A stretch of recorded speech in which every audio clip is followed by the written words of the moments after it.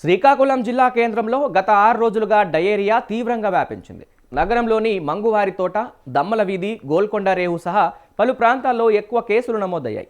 Diarrhoea బారిన పడి మంగువారి తోటకు చెందిన మండల సురేష్ ఆసుపత్రిలో చికిత్స పొందుతూ మరణించారు. మరో ఇద్దరి మృతికి కూడా డయేరియానే కారణం కావచ్చని అధికారులు అనుమానిస్తున్నారు. ఈ క్రమంలో ఫిబ్రవరి 23 నుంచి ఇప్పటి వరకు మొత్తం 158 కేసులు నమోదయ్యాయి. వీరిలో 111 మంది ప్రస్తుతం వివిధ ఆసుపత్రుల్లో చికిత్స పొందుతున్నారు. 47 మంది చికిత్స అనంతరం డిశ్చార్జ్ అయ్యారు. ఇంత పెద్ద సంఖ్యలో కేసులు రావడంతో ప్రజల్లో ఆందోళన పెరిగింది.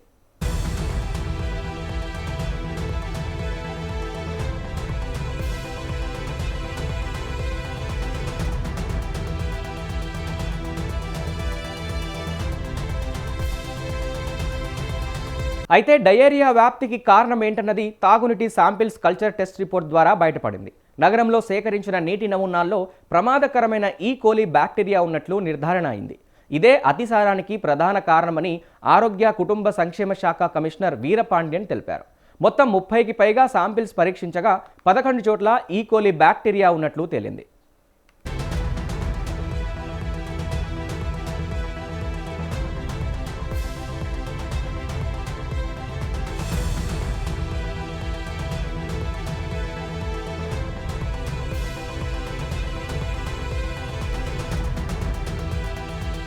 ఈ నేపథ్యంలో మున్సిపాలిటీ అందించే నీటిని కొద్ది రోజులుగా నేరుగా తాగవద్దని కమిషనర్ సూచించారు.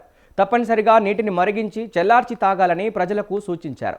జిల్లా కలెక్టర్, జాయింట్ కలెక్టర్ కలిసి ప్రభావిత ప్రాంతాల్లో అధికారులు పర్యటించారు.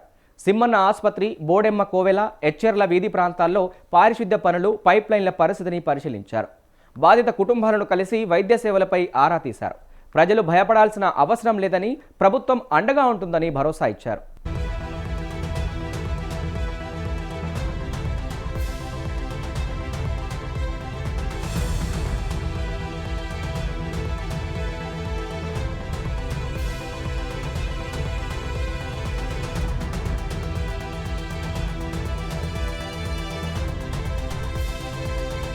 ఇక ఇదిలా ఉంటే మొదట్లో క్లోరిన్ పరీక్షల్లో కాలుష్యం కనిపించకపోవడంతో బయట తిన్న ఆహారం వల్లే డయేరియా వచ్చి ఉండొచ్చని అనుమానించారు. కానీ విశాఖపట్నం ల్యాబ్ రిపోర్ట్ తర్వాత అసలు కారణం బయటపడింది. డ్రైనేజీ కాలువలపై అక్రమంగా తీసుకున్న నీటి కనెక్షన్లు, వాటికి మోటార్లు అమర్చడం వల్ల మురుగునీరు తాగునీటిలో కలుస్తోందని అధికారులు తెలిపారు. అలాగే రోడ్లపై పశువులను వదిలేయడం వల్ల కూడా కాలుష్యం పెరుగుతోందన్నారు.